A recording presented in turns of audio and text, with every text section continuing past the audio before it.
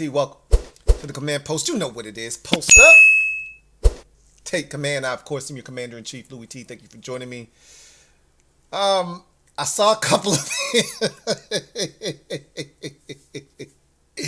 I saw a couple of things yesterday, and something this morning that made me chuckle.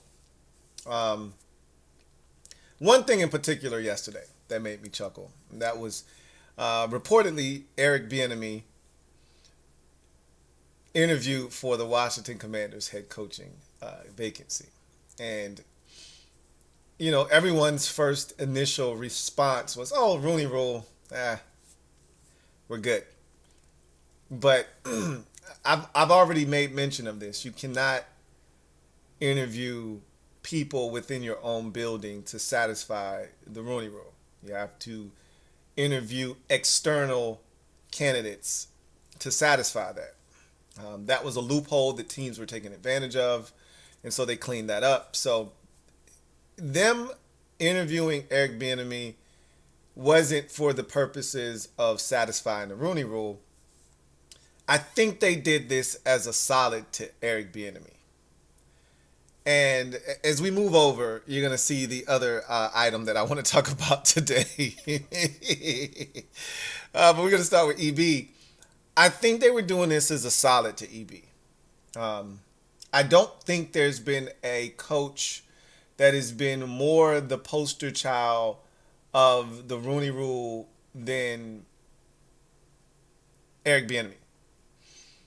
I think a lot of people in league circles feels like he's been wronged, that he should have gotten an opportunity a long time ago, and that the Rooney Rule was put in specifically to help guys like Eric Bieniemy get an opportunity. And unfortunately, I don't think it's going to happen. Now, having watched this man at work for a year here in Washington, I can tell you that he has some talent. He knows offense, and he's no dummy.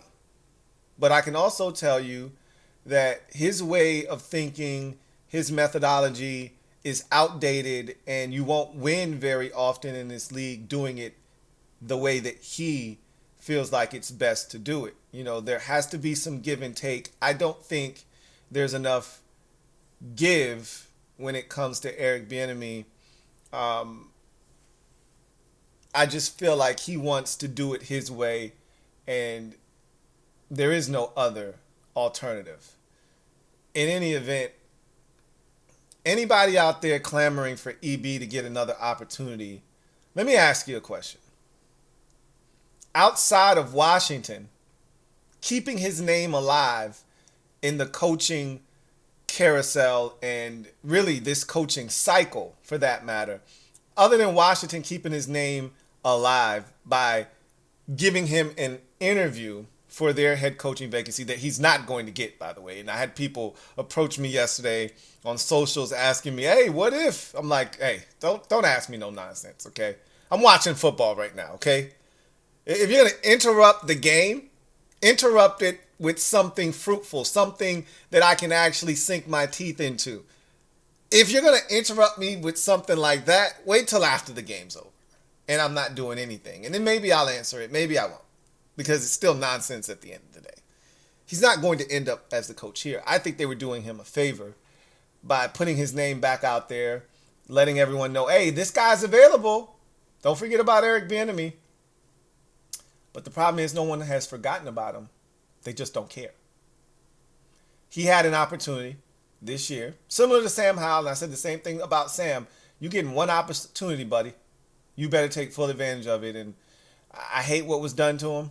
I hate how the season went. And even Ron Rivera laments how things went, even though I don't think he regrets how they went about trying to get the most out of Sam. I think he regrets just handing him the job, which I don't regret anything about that process whatsoever.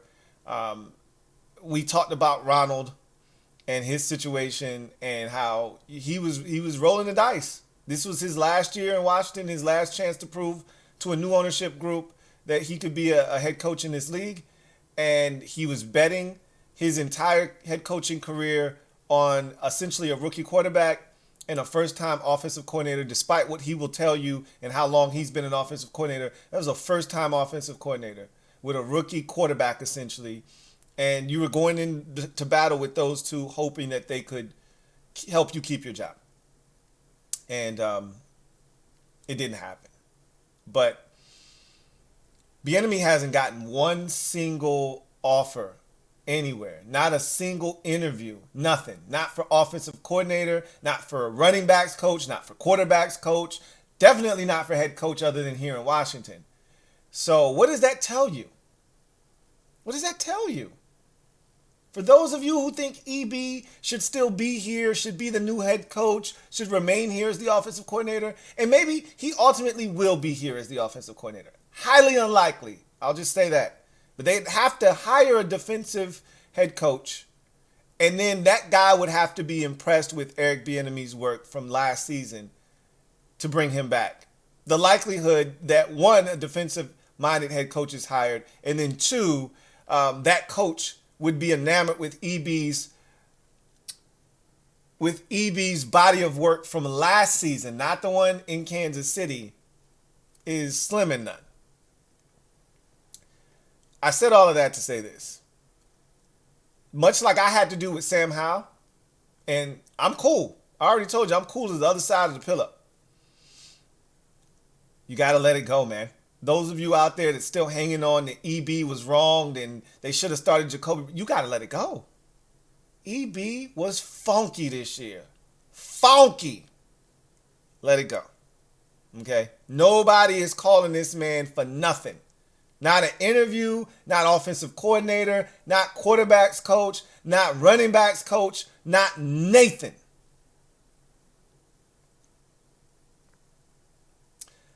My guess is he'll go back to Kansas City. That's generally what happens when you don't make it out in the big, cold world as a coordinator, intern, head coach, whatever the case. Whatever happens, you can always go back home.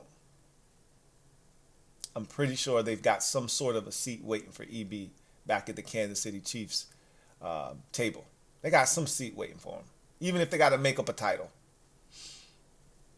Good luck to him in whatever endeavors he may encounter in the future. But again, you ain't got to go home. You just got to get the hell up out of here, Eric. As far as our good old buddy, old pal, Ronald Rivera is concerned, I got a nice chuckle out of the fact that the Eagles have officially fired Sean Desai as their defensive coordinator. That happened yesterday as they continue to kind of parse through the wreckage of their finish to the season. I think Nick Sirianni is going to be back. I feel pretty confident at this point, even though nothing's been officially announced. All signs point to him being back. I think one of the first steps was going ahead and making changes to these coordinators, defensive coordinator in particular. We'll see what they decide to do offensively.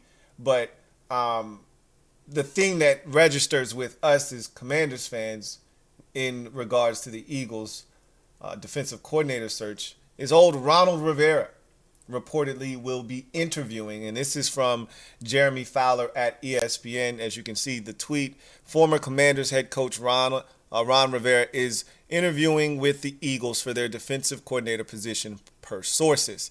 The last time Rivera was a DC, his 2010 Chargers led the league in total defense. So we're talking over a decade ago, this man was a defensive coordinator.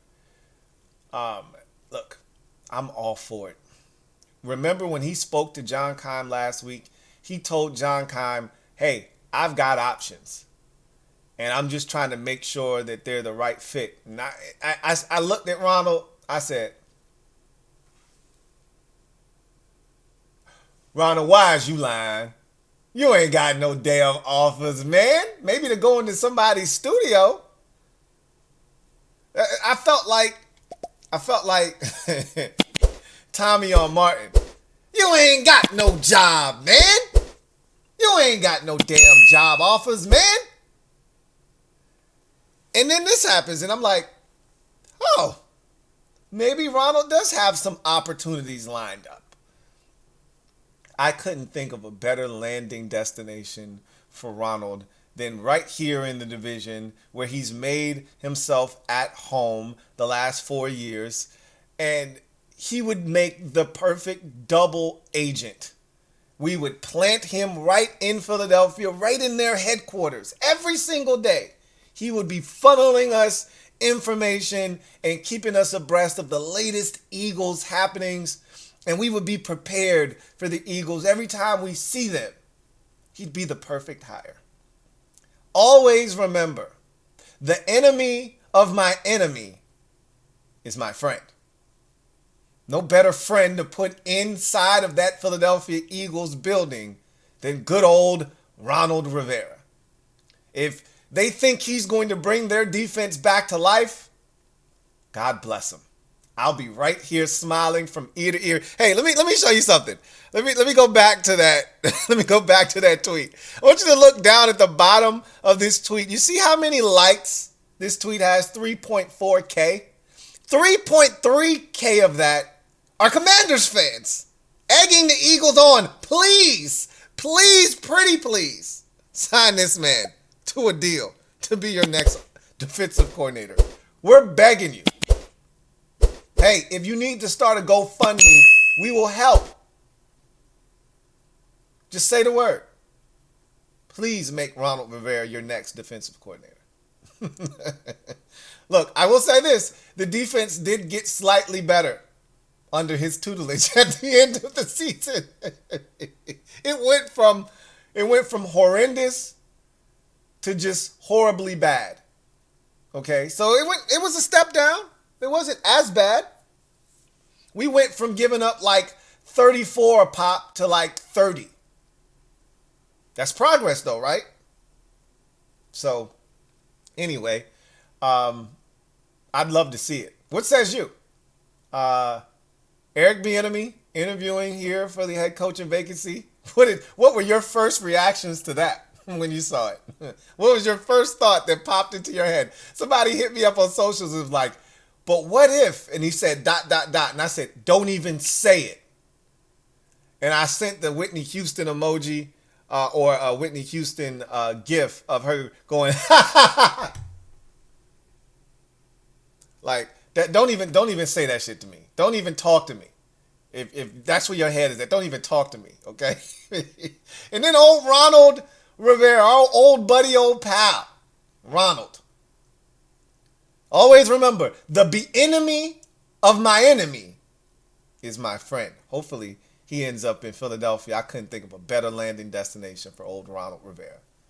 I'd love to see his arms folded on that Eagles sideline. What says you?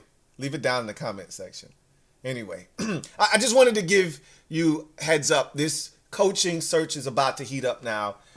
Today starts the official period where Washington and all prospective teams looking for a head coaching or any sort of coaching candidate can start to interview the ones that made it to the postseason in person now. So I know on the docket, first up this week, Dan Quinn, formerly of the Dallas Cowboys, defensive coordinator, Raheem Morris of the Rams, Bobby Slowick are all names that are going to be interviewed by Washington fairly early this week. You still have to wait until after championship weekend to get to the ones that I think we want the most, which are Ben Johnson and Mike McDonald. So I surmise that everything that's taking place this week is Washington doing its due diligence, crossing its T's, dotting its I's, making sure that they have a pulse of what everybody's doing out here. But I still think unless there's a candidate like the Raiders with Antonio Pierce, like the Patriots with Gerard Mayo, where you already know the guy you want, you don't need to hesitate and there's no need to wait the process out. I think the Falcons have already identified Bill Belichick as their man, and if Bill Belichick wants the job, I've heard it's already his. I'm pretty sure you've heard the same thing. Like if you've already identified your guy, then you're going to make the move. You're not going to wait. But most teams want to speak to Ben Johnson, want to speak to Mike McDonald in person.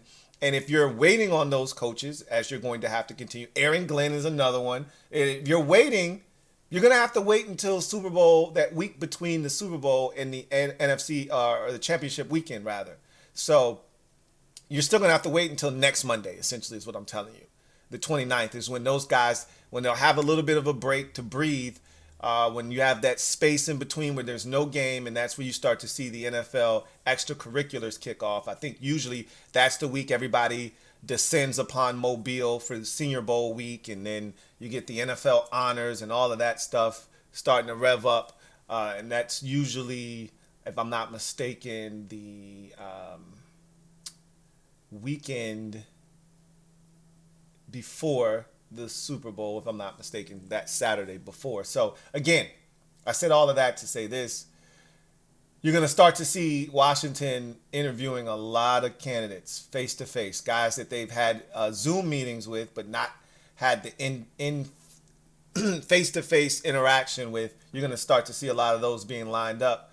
But when it's all said and done, I think Washington and many other teams out there, they're not alone. Washington's not alone. Are going to wait because you want to talk to Aaron Glenn. You want to talk to Ben Johnson. You want to talk to Mike McDonald. You want to see where these guys are. Their teams are in the NFC Championship game, so you're going to have to wait.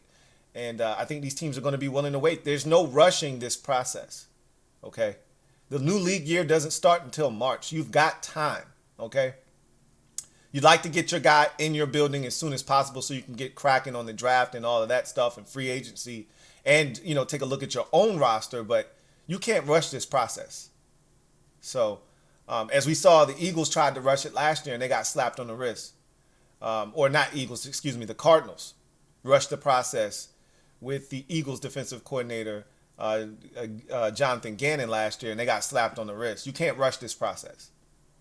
So understand that Washington's going to be interviewing tons of candidates this week, but ultimately they're waiting on Ben Johnson, Aaron Glenn, and Mike McDonald to complete the championship weekend before I think any decisions are going to be made. And I don't think Washington's alone in this. I think you're going to see teams like Tennessee, Seattle, Washington, Carolina, all wait, right? All wait on the NFC and AFC championship games to take place before they make a decision. So just stay tuned. I don't expect anything to happen with any of those teams. You'll hear a lot of, Washington, as well as this team, that team, and that team, the Titans, you know, et cetera, et cetera. All these teams are going to be waiting. They'll be interviewing, but they're still waiting on the big fish. And you can't get to those guys until after the championship weekend has been completed. So just thought I'd throw that out there. And for those of you, I've had so many people ask me this. No, you can't hire both Ben Johnson as your head coach and Mike McDonald as your defensive coordinator. You can't do that. I mean, you can, but it's not happening is what I'm saying. First of all, he's going to have more likely than not opportunities to be a head coach. That's one. And two, the Ravens can block any lateral move that they want. So any coach that's on their staff that somebody else requests an interview for at the same position, they can block it. That's what you can do around the NFL. So if you have a coach that you like, for instance, the Chargers have Kellen Moore as their offensive coordinator.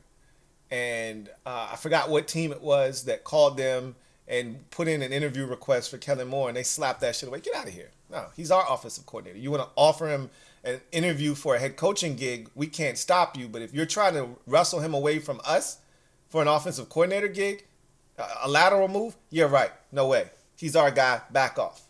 So the Ravens aren't letting Mike McDonald leave to be a coordinator somewhere else.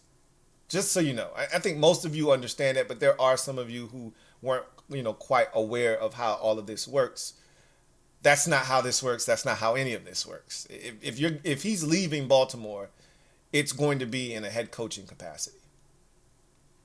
So anyway, I digress. You guys, leave it down in the comment section. How would you feel about Ronald Rivera becoming the defensive coordinator of the Philadelphia Eagles? I'm rooting like hell for that to take place. What says you? And then Eric Bieniemy, to me, has become the poster child for the Rooney Rule and what it's supposed to be able to do, but clearly he's not going to benefit from the Rooney Rule. Has been interviewed millions of times, still hasn't gotten a job, won't get one this offseason either. Has taken a step back, honestly. No one's even bringing him up at this point. Hasn't been requested for an interview for an OC job, a head coaching job, other than here in Washington. Nothing. But what was your first reaction when you heard that Eric Bieniemy interviewed for the head coaching gig here? I want your raw emotions down in print in the comment section. Those should be fun to read. Anyway, I digress. You guys get out of here. I'll see you guys next time. Remember, NFC East Super Friends tonight, 8 p. NFC East Super Friends channel here on YouTube. Check us out. It's going to be fun. We're all on the couch as one. Oh, we taking some of these dudes to task tonight. Come be a part of it. I hope to see you guys a little bit later on. Take care. Have a good one.